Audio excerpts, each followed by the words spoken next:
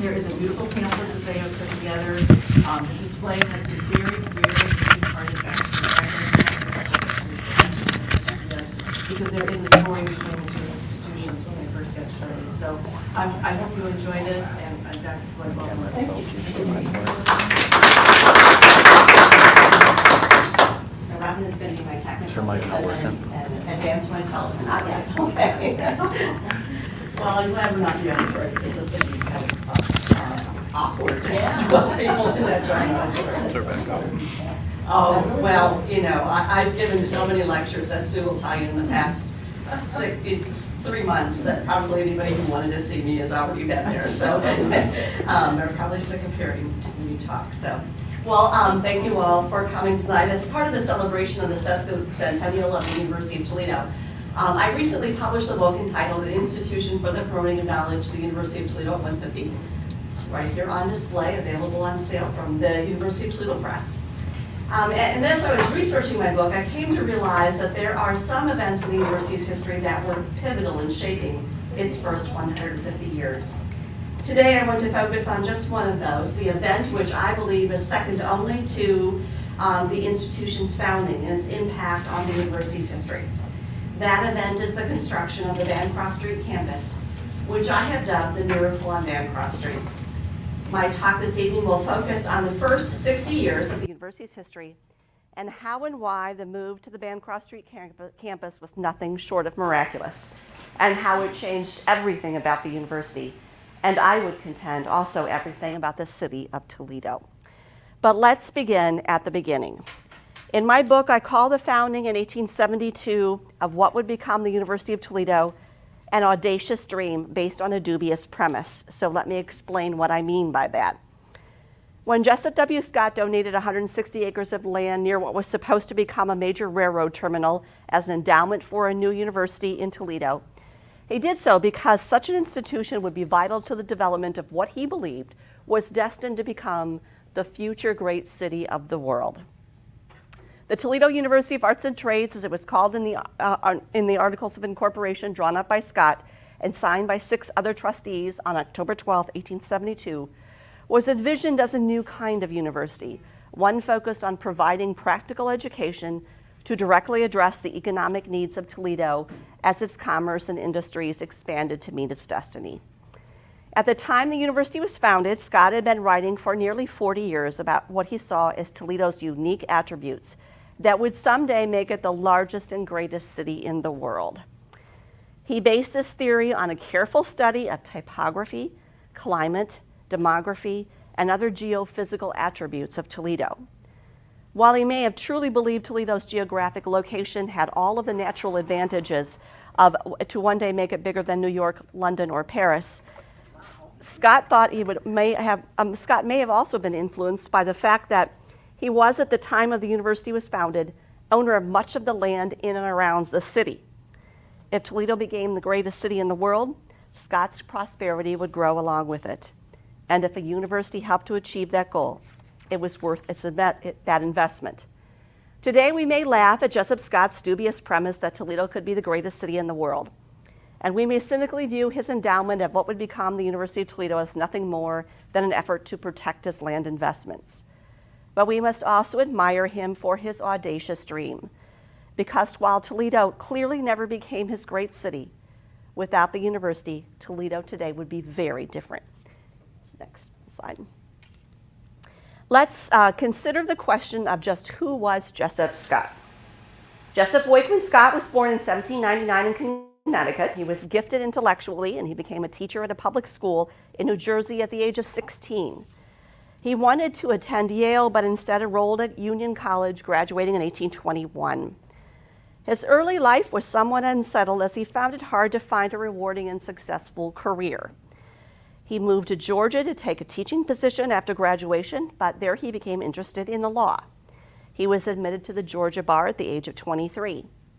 In 1824, Scott moved to South Carolina after marrying his cousin, Susan Wakeman, but he found it difficult to make a living as a lawyer, especially after he expressed his opposition to states' rights, a political movement that advocated that states could nullify federal laws in order to protect the right to own slaves. He supplemented his income as an editor of a newspaper in Columbia, South Carolina, but after that proved unsuccessful, he took a teaching position at the State Female College in Columbia, but was unhappy in this work, so he returned north to Connecticut in 1830. Next slide. Scott had been interested in moving west for several years. His father-in-law had claims to property in Firelands region of Ohio, just west of what is today Cleveland. And Scott may have been encouraged to consider relocating in the region by his father-in-law, who wanted him to oversee the family's land holdings. So in 1831, Scott came to what is today Huron County, Ohio, and you can see it on the far left side of the screen there, to his father-in-law's land in Wakeman Township. Scott then began to invest heavily in real estate in the Maumee Valley, further west of his wife's family holdings. He did so despite his father-in-law's advice against land speculation. At this point, Scott's career moved to writing and publishing. In 1844, he briefly became publisher of the Toledo Blade. He also began writing articles for some of the leading economic journals of the day about the attributes of the Midwest on subjects ranging from internal trade to the growth of railroads and canals in the region. In 1847, he would publish his first article promoting the advantages of the city of Toledo. At the time that Scott was writing and publishing articles in national business magazines promoting Toledo as a place with all the natural advantages that would someday make it the largest city in the world, the reality was actually quite different. Toledo was, in many ways, a case of arrested development. The reason Toledo was late to be founded included threats to European settlement from Native Americans who claimed the region until after the War of 1812, as well as aspects of the region's geography that were obstacles to growth rather than the advantages Scott spoke of so frequently. Next slide. In 1817, land speculators had plotted the town called Port Lawrence on the bank of the Maumee River in what is today part of our downtown Toledo. But few settlers came and the settlement of Port Lawrence failed, and the speculators who invested there defaulted on their loans. Nothing much else happened in the area until 1825, when the Ohio Canal Commissioners issued plans showing a statewide system of canals that would link Ohio with the Erie Canal to the east and the Ohio River to the south. A proposed terminus for the canal was to be located somewhere in northwest Ohio. And this created a real estate boom as speculators tried to figure out where the canal would be located. In 1832, a second Port Lawrence was established as part of the boom, as was a rival settlement called Vistula. That's Port Lawrence on your left and Vistula on the right. As plans for the canal terminus were being finalized, the two rivals decided to merge to better their chances to become the location of this vital transportation link. The settlements of Port Lawrence and Vistula formally merged and were incorporated as the city of Toledo in 1837. A few years before Port Lawrence and Vistula merged to create Toledo, Jessup Scott had purchased all of the land between the two settlements, and he made a wise investment. So this area right in here, which is really the central downtown today, was what Jessup Scott owned. The original 70-acre tract would become much of downtown Toledo and would prove to be one of his best investments and became the basis for his wealth. But there were still problems that kept the new city of Toledo from becoming prosperous. The land was flat and heavy with clay soil, which made drainage difficult. Lake Erie, as we know, is shallow at the western end, and this contributed to the poor environmental conditions. All this led to frequent outbreaks of deadly diseases, and Toledo quickly became known as the graveyard of the Midwest. Outbreaks of malaria and cholera were frequent, with major epidemics of cholera in 1849, 1852, and 1854. Another concern of the city was the cleanliness and safety of the water supply. Despite these difficulties, Jessup Scott continued to be one of the most vocal promoters of settlement in the Toledo area. He claimed that the region had natural advantages that far outweighed the negatives, and that these natural advantages would eventually make the region the most populous and economically successful in the country and later the world. Next slide. In 1868, Scott published a small pamphlet that represented the culmination and maturation of his thinking about the region, which he titled a presentation of causes tending to fix the position of the future great city of the world. Scott began by affirming his belief that the development of growth in cities were rooted in natural law. But not all cities were equal, and Scott proposed that one city would become the greatest. That, of course, was Toledo. Scott predicted that in 100 years, the United States would have a population of 40 million, that New York would be 2/3 the size of Toledo, and that Toledo's population would have increased 30-fold. 4 years later, after publishing his essay proclaiming Toledo would be the future great city of the world, in 1872, Scott donated those 160 acres of land as an endowment for a university in the city that he thought would help propel it to its greatest. Next slide. The university created in October 1872 by Scott was called the Toledo University of Arts and Trades. There was a sense in 1872 that the city was indeed on some sort of threshold of greatness, and Scott's endowment of the university was both proof of and an ingredient for that greatness. The 160 acres of land that Scott donated were not located downtown or where the university is located today. Rather, it was located adjacent to the intersection of two branches of the Lakeshore Railroad and next to what was planned to be one of the largest railroad terminals in the Midwest. You may know this land today as the Scott Park campus on Nebraska Avenue. The land was expected to increase in value as the railroad terminal was completed. The land was not only to serve as the location for the university, but leases of the land near the university would raise sufficient money to provide operating funds for the institution. That was actually the plot of what it was envisioned the university would look like. Next slide. Fundamental to Scott's proposed university was its emphasis on practical education. Such education would be essential as Toledo's growth expanded and new industries utilizing the latest technologies were created as Toledo moved towards its destiny of greatness. Because the railroad terminal that was supposed to make Scott's donation of land valuable enough to support a university had not been built yet when the university was incorporated in 1872, the trustees decided to find another location so the institution could move forward. With the help of a donor, they purchased a half-finished church building in downtown Toledo and renovated it so it could be used for classes. Once the railroad junction was completed, the attention of the trustees was to build the permanent university on Scott's donated land.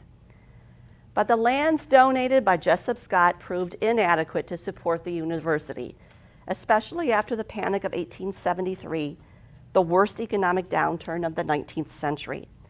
The panic was caused by bank speculation in the railroad industry. The railroad terminal that was supposed to be built near the Scott land never materialized, and the value of the land declined sharply. Without the possibility of leases from land around the terminal, the prospect for Toledo University in Arts and Trades fell quickly. Next slide. In 1874, Jessup Scott died, never having seen this institution open for classes. With its benefactor now deceased, it was uncertain how to move forward with the university. One of its trustees, Albert Maycomber, made a bold suggestion for funding the institution. Give it to the city of Toledo so that it could become a municipal university. On April 4th, 1874, the trustees invited the city to assume the Scott Trust, but the city rejected the donation. The Panic of 1873 had left the city coffers dry, and Toledo had a debt of $2 million due to building railroads, bridges, and a new waterworks. The university was seen as an unnecessary luxury. The rejection by the city was a devastating blow to the struggling institution. Despite the setback, the trustees moved forward to try to open the university and offer some sort of classes. From the beginning, the university was significantly smaller in scope and different in focus than originally envisioned. Its only program was a school of design, and the only courses offered were in freehand, architectural, and mechanical drawing. The first classes were held on February 4th, 1875. But the institution struggled, and by 1878, it was clear it could not survive. The school suspended offering classes that year, and the Toledo University of Arts and Trades was defunct for the next 6 years. Next slide. But Scott's sons never gave up on his father's audacious dream. In 1884, they finally succeeded in doing what they had tried to do 10 years before. On January 18th of that year, Frank, who you see here, was probably the most influential of the sons, and Maurice and William Scott proposed to the Toledo City Council that the entire property and other assets included in the trust be donated to the city of Toledo. This time, the city accepted the offer, and the trustees made plans to reopen as a municipally supported institution. Next slide. The reconstituted institution that was established by the Board of Directors in 1884 when the assets of the Toledo University of Arts and Trades were given to the city of Toledo was actually not a university. Rather, the new school was something called a manual training school, the Manual Training School of Toledo University, and it was aimed at training Toledo public high school students in a 3-year program beginning in the 8th grade. Frank Scott was particularly interested in the new concept of manual training. The school's curriculum was divided equally between a traditional academic education and vocational training. The curriculum for the first year included all the usual arithmetic, algebra, English, history, etc. But it also included shop classes in carpentry and wood carving, wood turning, pattern making, and the proper care and use of tools. The second and third years were similar, with the vocational training becoming more advanced. The idea was not to train a student in any one vocation, but to expose them to a variety of manual skills. By educating both the head with traditional subjects and the hands with practical skills, it was believed that the student would become well-rounded and be able to do any job or even continue their education at a university. Next slide. Despite the extensive planning that went into the curriculum of the manual training school, the first order of business before it could become a reality was to find a location to hold classes. The Toledo Board of Education allowed the directors use of the upper 2 floors of the Toledo Central High School, which was located where today the main public library building is located. The success of the manual training program soon led to overcrowding, and the directors raised $20,000 to construct a building dedicated to manual training as an annex to the Central High School, and that's what you see in that picture there. One of the unique provisions of the original Articles of Incorporation for the Toledo University of Arts and Trades, as established in 1872, was that women were to be admitted on equal footing with men. However, the new manual training programs excluded girls. Sarah R.L. Williams, one of the original trustees and the only woman on the board, took her concerns about this restriction to the Toledo Women's Suffrage Association. The group protested that girls should have an equal opportunity to attend the school. The Board of Directors voted in 1884 to allow both sexes to take manual training courses and appointed a committee to develop a curriculum appropriate for girls. Next slide. The program focused on domestic economy. The first year's curriculum was similar to that for the boys, but after the first year, the curriculum was more traditional for women, including instruction in the preparation of food, home sanitation, care of children and the sick, sewing, and gardening. While proposed by the suffragettes, the stated purpose of the educational program was in keeping with widely held views of womanhood that dominated American culture in the 19th century. The Toledo Manual Training School was so successful that it began to be emulated by other public school systems in the country. But the success of the Manual Training School laid the seeds of its demise. In 1899, tensions between the Toledo Board of Education and the Manual Training School's independent Board of Directors became heated. There was considerable overlap between the students in the high school and the students in the Manual Training program, and the Board of Education began to exert more power over the school. As Scott's sons retired and new members were added to the Board of Directors, the new directors sought to move the school's curriculum away from manual training and toward what they believed was in keeping with the original ordinance that established the school as Toledo University. On August 13, 1900, the Manual Training School's Board of Directors recommended the establishment of a new Toledo University that would offer university-level curriculum. For 14 months, the proposal remained in limbo. The Board of Directors and the Board of Education sparred over the proposal and quickly became bitter enemies. Some chose to fight the university in public. Next slide. One of the arguments against calling it Toledo University was the school did not meet the definition of a university because it was not an organization of colleges, as the state law required. The directors, particularly John Pyle, a Toledo physician, sought to address this problem by merging Toledo University with another college located in the city, the Toledo Medical College. In 1904, the trustees of the Toledo Medical College drew up a formal agreement to merge with the Toledo University and lease part of the medical college building to the university at a cost of $1,000 a year, giving the university some much-needed space in the medical college's building to hold classes. But City Council, dominated by those opposed to the university, repeatedly refused to levy taxes to support Toledo University and continued to question its legality. A court fight ensued between the Toledo University Board of Directors and the Toledo Board of Education over who controlled the schools. The directors used some surplus funds to get through the 1904-1905 school year because council would not levy any taxes to support the school. Next slide. As the legal case over who controlled Toledo University worked its way through the courts, the Board of Directors moved forward anyway.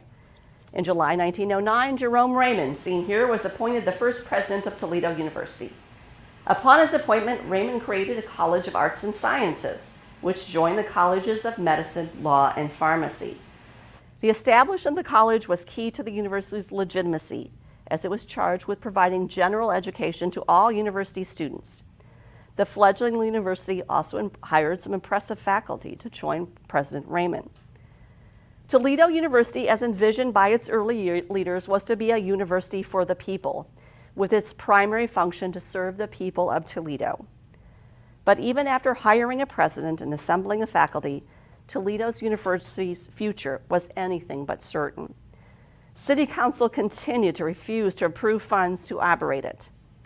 In October 1909, City Council pledged $2,400 to operate the university, the same amount it had approved to purchase an elephant for the Toledo Zoo. President Raymond tried to embarrass council, pointing out this fact. Quote, "I do believe in elephants," Raymond said, "for without an elephant, to whom else would the children feed their peanuts? But I also believe in a university, and it doesn't seem quite consistent that the two should be subscribed the same amount of money." Raymond got the $2,400 from council, but no more. After 1 year, Raymond had had enough and he resigned. Faculty who had not been paid for months followed suit. Then the already dire situation took a turn for the worse in January 1911 when a fire swept through the Toledo Medical College building where many of the university's classes were held. The fire destroyed the laboratory and surgical equipment, the books in the library, and many of the records of the university. With none of the resources required to operate it, the directors considered admitting failure and closing the university. Next slide. Fortunately, at the last minute, the directors were able to arrange to rent space on the third floor of an office building downtown known as the Meredith Building, which is the building you see right there. And repairs were made to the medical college building using the insurance money. That year, City Council allocated $5,000 to the university, which was enough to keep it operating. Even after the medical college building was prepared, many classes continued to be held in the Meredith Building, which was woefully inadequate. Without money for a new building, the Board of Directors began to look elsewhere for adequate facilities. The unsettled nature of the institution made its future look bleak. Next slide. On January 24th, 1911, the directors finally received some good news they had been waiting for nearly a decade for, when the Ohio Supreme Court upheld the legality of the university in its control by its Board of Directors rather than the Board of Education. Having won the battle, the Board of Directors and the Board of Education agreed to an exchange. The Board of Education was given the manual training school, which no longer fit with the university's curriculum, and Toledo University was given this building, a vacant old elementary school located downtown at 11th and Illinois, as a new campus. While it may have seemed like a reasonable solution at the time, the 11th and Illinois building was no bargain. It had not been occupied for years. The plumbing was shot, the roof leaked, and the foundation was crumbling. The school had been abandoned by the Board of Education because the area in which it was located was a high crime area. After renovations to make the building habitable, the university moved in December 1913. The building was much larger than any other facility that had housed the institution to date, but it was still inadequate for the university and continued to lack a sense of permanence. Things were not as positive for the Toledo Medical College. With no funds to improve the quality of medical education as was being required by the American Medical Association, the university quietly closed the college in 1917, but continued to hold classes in the college's building. Next slide. In 1914, the board appointed this man, named Monroe Stowe, as president of Toledo University at the amazing age of 32. During his tenure, Stowe would work towards creating a more mature university, focusing on admission requirements, degree requirements, and creating an effective organizational structure. Within his 11-year tenure, he would see enrollment grow from 200 students to 1,400 students, and the university budget increased from $30,000 to over $200,000. Despite the optimism that began with the appointment of President Stowe, Toledo University still faced challenges, primary among them the facilities that housed it.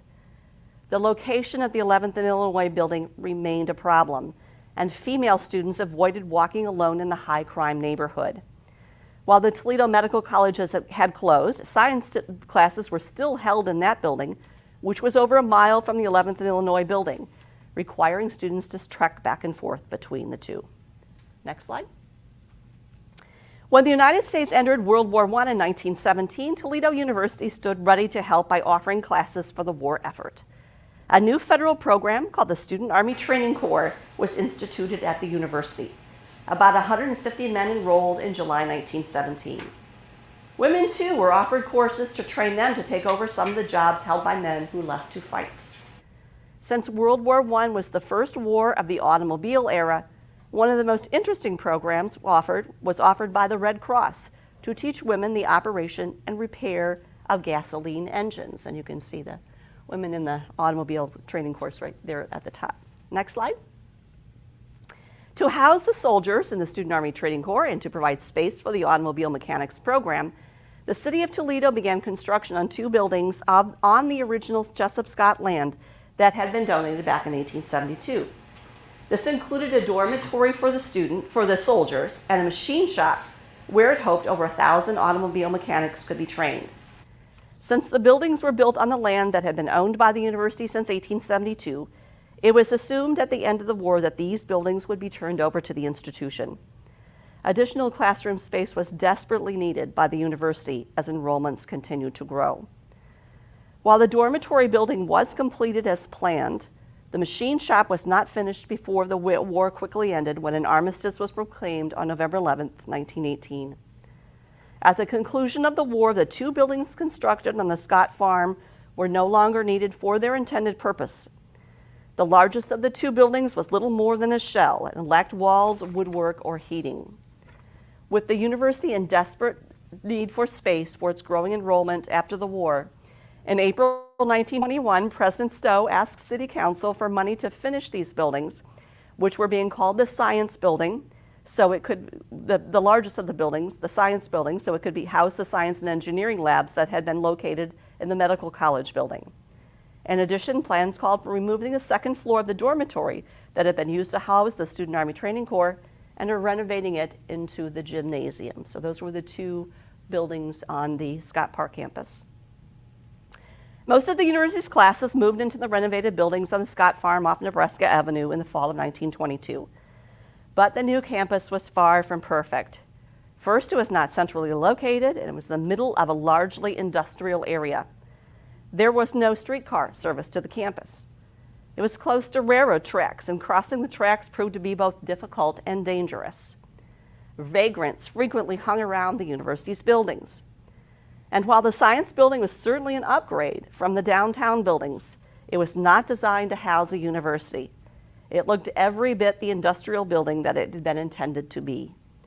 Again, the university's future seemed to be tied to its facilities, and a sense of permanence still eluded the university.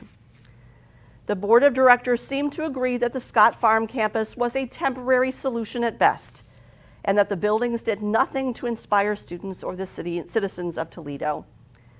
Even before the move to the campus had begun, the directors passed a resolution in the spring of 1922 that laid the groundwork for a hoped-for new campus sometime in the future that, contrary to the Nebraska Avenue buildings, would look like a university. The board stated its philosophy that beautiful grounds and buildings were as important to education and culture as what students learned in the classroom. and charged its Building and Grounds Committee to study styles of architecture and possible locations for future buildings.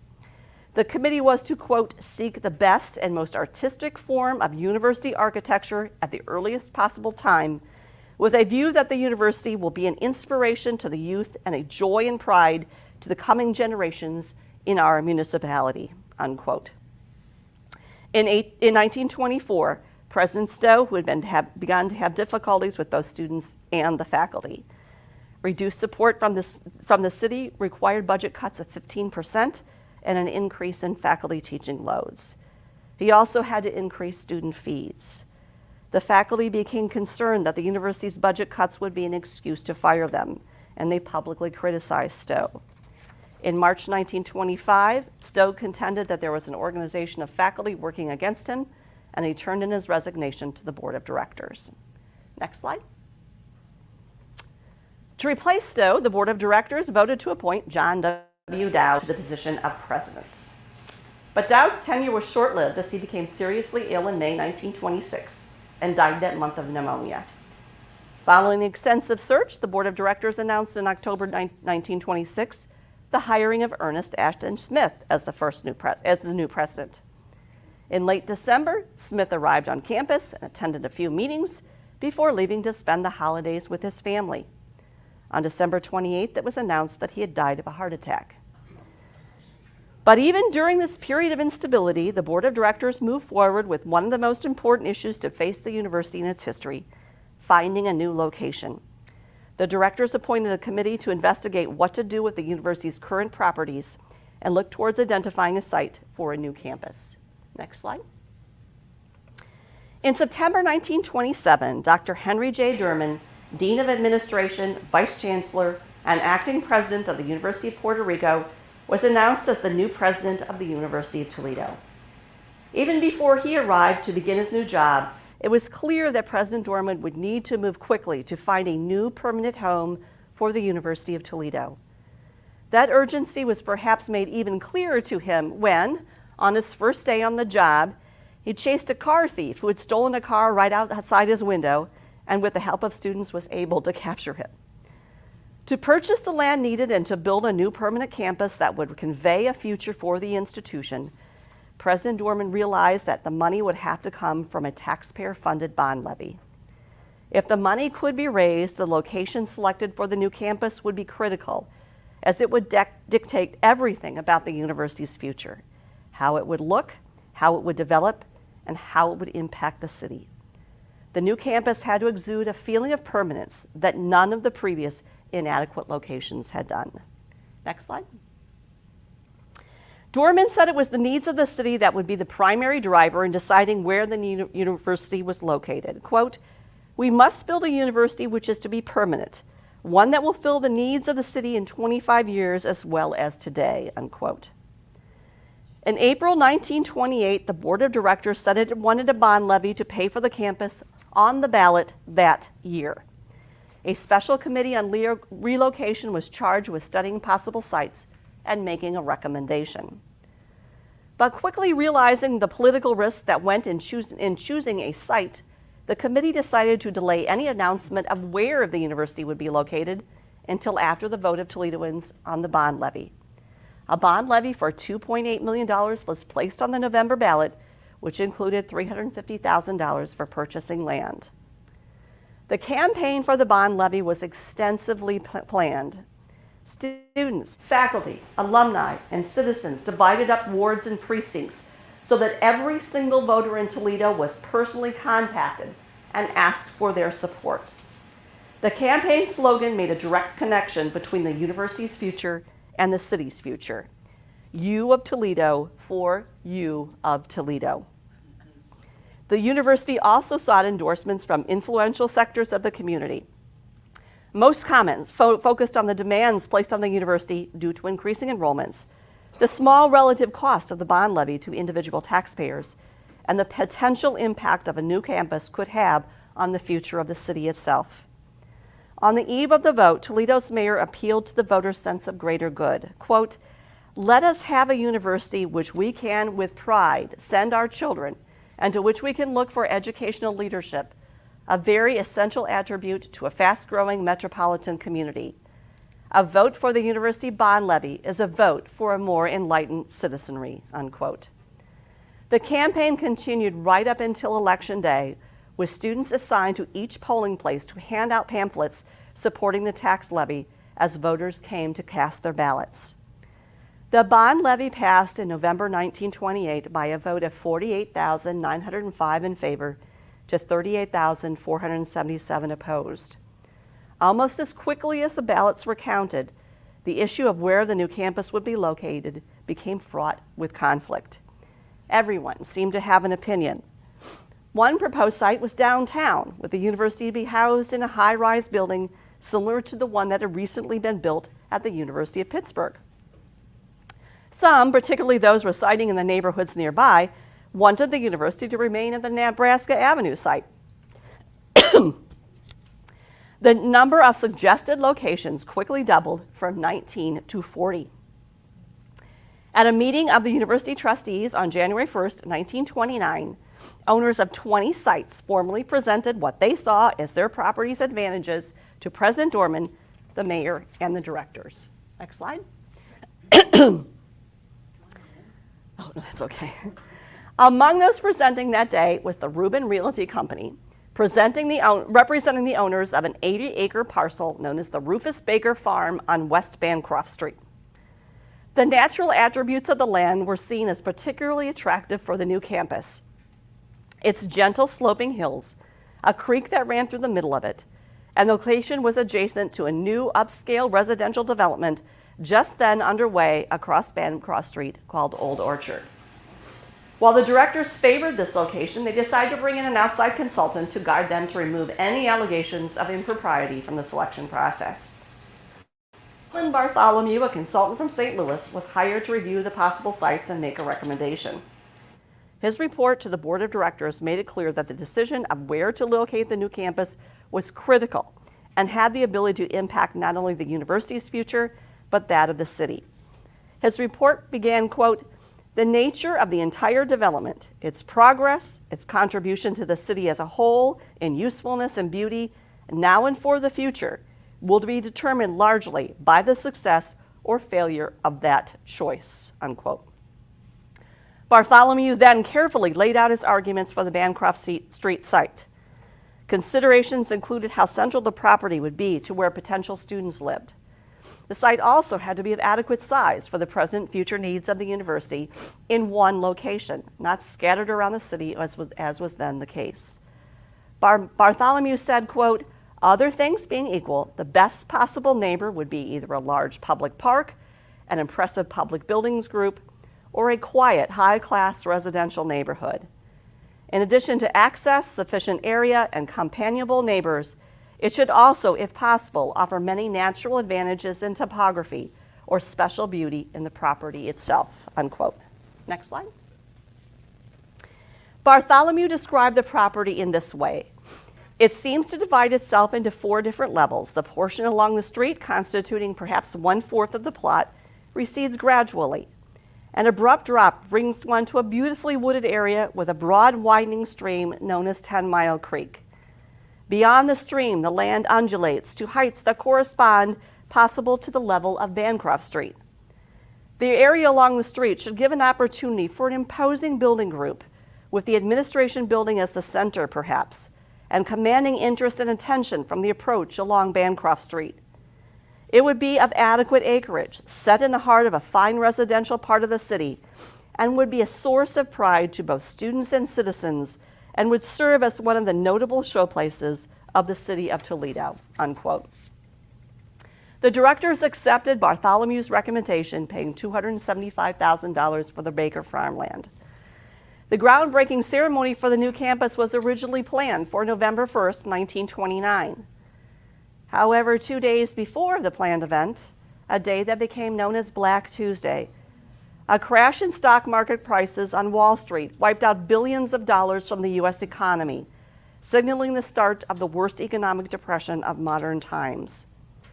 If there was a silver lining in this catastrophe, it was that if President Dorman and the university directors had waited to place the bond levy for the new campus on the November 1929 election ballot, it likely would have failed, and the future of the university would have been very uncertain. The decision to go forward with the levy in 1928 is perhaps one of the most important, if not the most important decision in the university's history. With a successful outcome of the bond levy campaign and the decision made on the site, planning for construction of the new campus on Bancroft Street moved forward quickly. The Toledo architectural firm of Mills, Rhines, Bellman, and Nordhoff were selected at a cost of $120,000 to design the first buildings. A consultant to the project was the nationally known architect Charles V. Clowder of Philadelphia, who designed some of the most notable university campus buildings in the country, and who had recently published a book on collegiate Gothic architecture. Aside from the board's general statement back in 1922 that any new university buildings should have an architectural style that would be inspiring to future students and Toledoans, there was no requirement that the new campus be anything but simple and utilitarian, as had been the case with the previous University of Toledo buildings. But President Dorman spent much of the summer of 1929 touring other college campuses to investigate what features might be incorporated into the new buildings. He clearly embraced a vision that reflected the style of the country's elite institutions, a vision far from utilitarian. When the architectural plans for the university were revealed in August, the public was impressed. The Toledo Times ran an article with photographs and drawings of the proposed campus in a multi-page spread with headlines that read, "Toledo's University, beautiful collegiate Gothic architecture for a new university," and "A classic tower will overlook the beautiful yet compact and efficient cluster of buildings soon to rise on Bancroft Street site in an artistic setting of rolling hills." Quote, "The general type of architecture is collegiate Gothic, the most flexible type of construction, and one of those beautiful as well as practical forms," the article said. Making the connection between architecture and its historical roots, it went on to state, quote, "With its classic tower in the center and broad sloping wings at either side, the central building as pictured represents dignity and symmetry, hearkening back to the English traditions, to the peacefully studious influence of Oxford and Cambridge, where education has become a fine art," unquote. The tower was to be 6 stories tall, with room for a belfry and chimes, as well as a clock. The plans also showed an indoor field house and outdoor athletics field space, as well as parking for about 500 vehicles. Next slide. On March 3rd, 1930 was a cold and snowing day, and the field where the groundbreaking for the new campus was to take place was deep with mud. Classes were dismissed so students could attend, along with numerous city dignitaries. Local newspapers noted that while the ceremony was simple and brief, it was significant beyond the humble act of turning a spade of earth. Next slide. Construction advanced rapidly, with many Toledoans happy to be a part of the project and to have a job as the economic depression continued to worsen. Within 3 short months of groundbreaking, the cornerstone was laid in place during a ceremony on June 12th that coincided with the commencement ceremony for the class of 1930, which is what you see on your right. Dr. Dorman selected the items to be sealed in the box that was placed in the cornerstone. Included were copies of the daily newspapers from the day, the roll of names of students and alumni who assisted with the bond levy campaign, a history of the university, pictures and a program from the cornerstone ceremony, and copies of the university catalog, yearbook, and student newspaper. As construction proceeded on the new campus, some Toledoans concluded that the architecture of the new buildings, which were being constructed with taxpayer funds, was far too extravagant given the economic difficulties of the times. In January 1931, as construction wrapped up, Dorman was forced to answer criticism leveled at the new buildings. In an address entitled "A New University," delivered at the Exchange Club and broadcast over WSPD radio. In particular, the ornamentation of the tower on the main building and its construction out of stone rather than cheaper brick were seen as wastes of taxpayer funds at a time when they could not afford to be wasted. Dorman pointed out in his address that the economic depression had actually worked to the advantage of the bottom line because costs had plummeted since the project had gotten underway. The stone that was used was $100,000 less than brick was expected to cost in 1929. And the tower added just $75,000 to the total cost, an addition that Dorman clearly believed was worth it. And I think we would all agree with his assessment. He emphasized that there was no relationship between the cost of a building and its beauty, and that excellence in building design was a product of good architecture, not price. Dorman directed his most stirring remarks to the University of Toledo students, both present and future.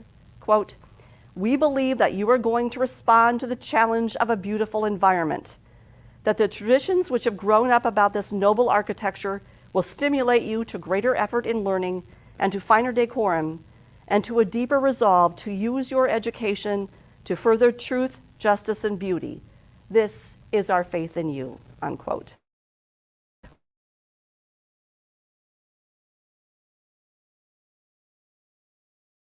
Toledo, just 11 months to build University Hall and the field house.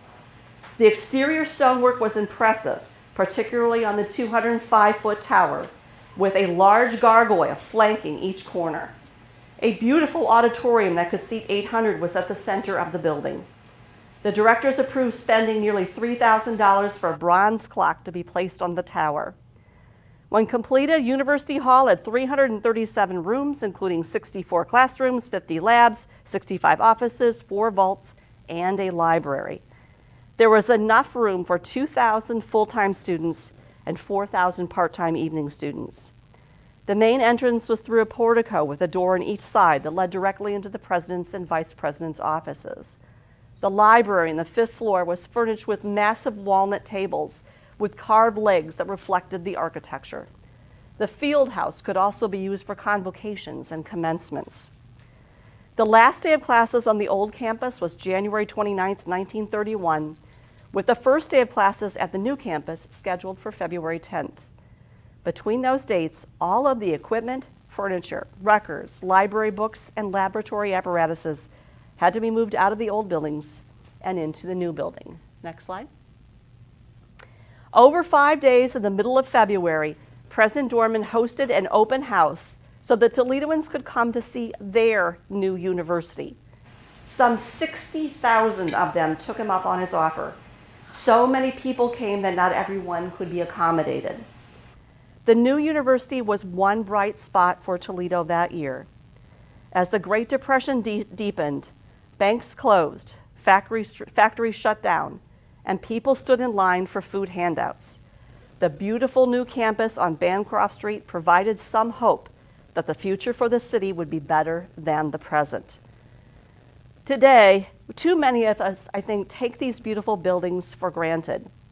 Some assume they were built at the time the university was founded in 1872.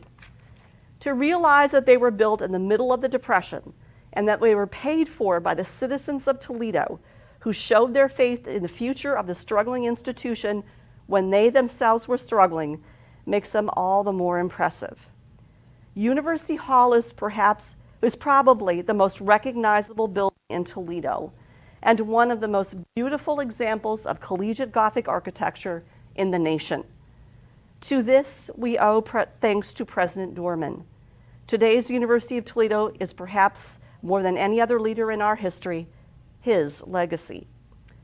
The Bancroft Street campus was indeed a miracle.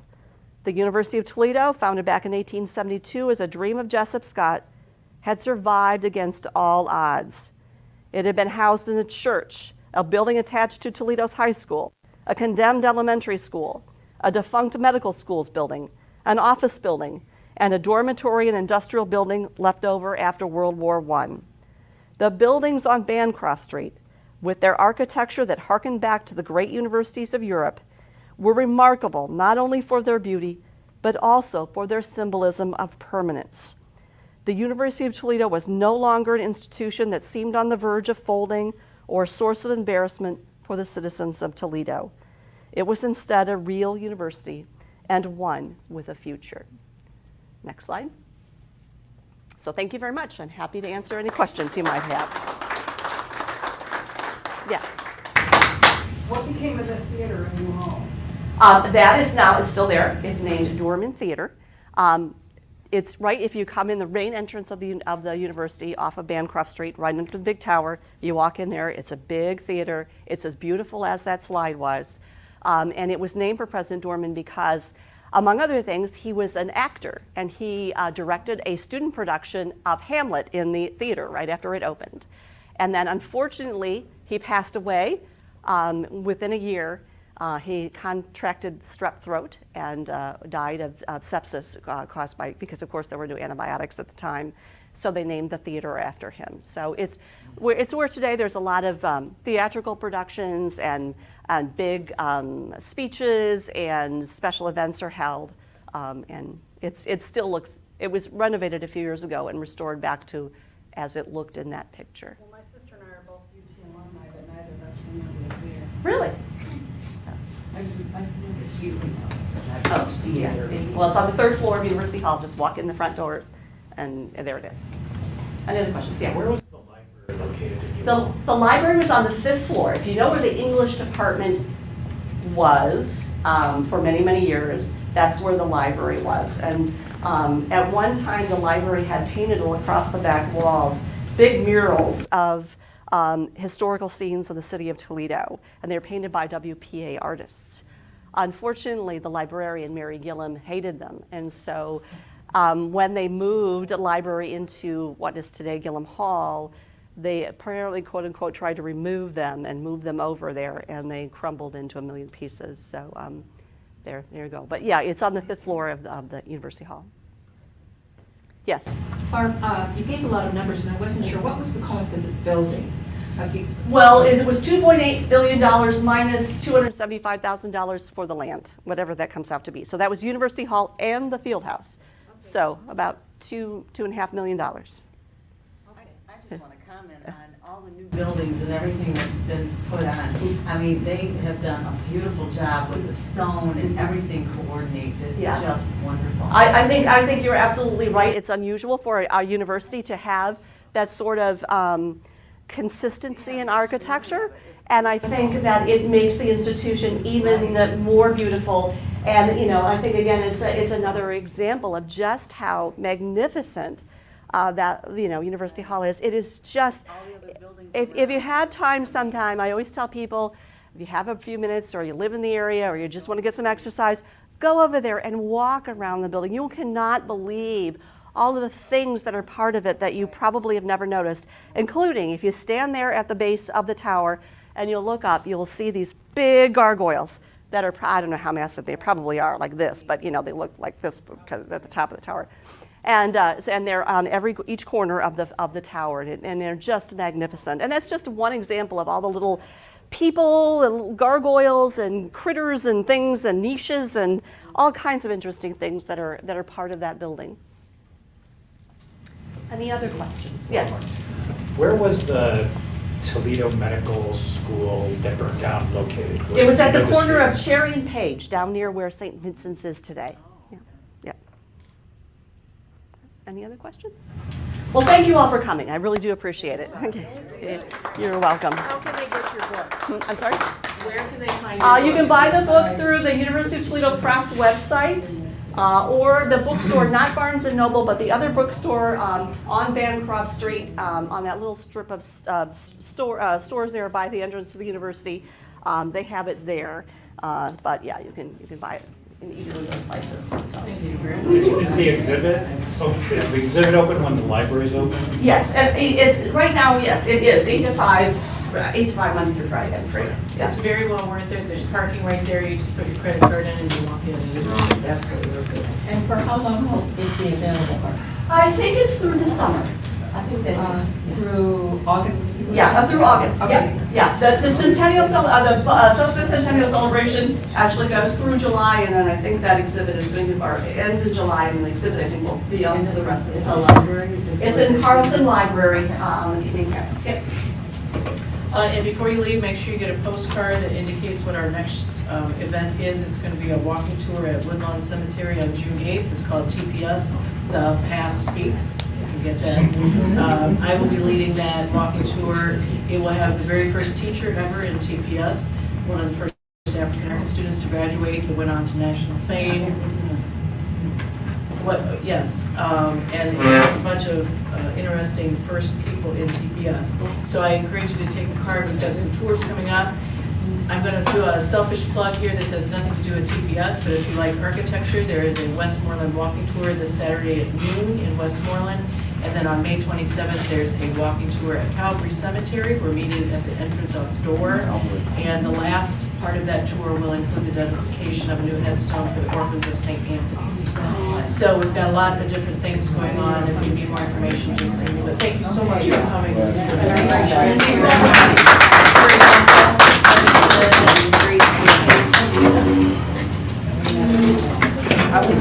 Great.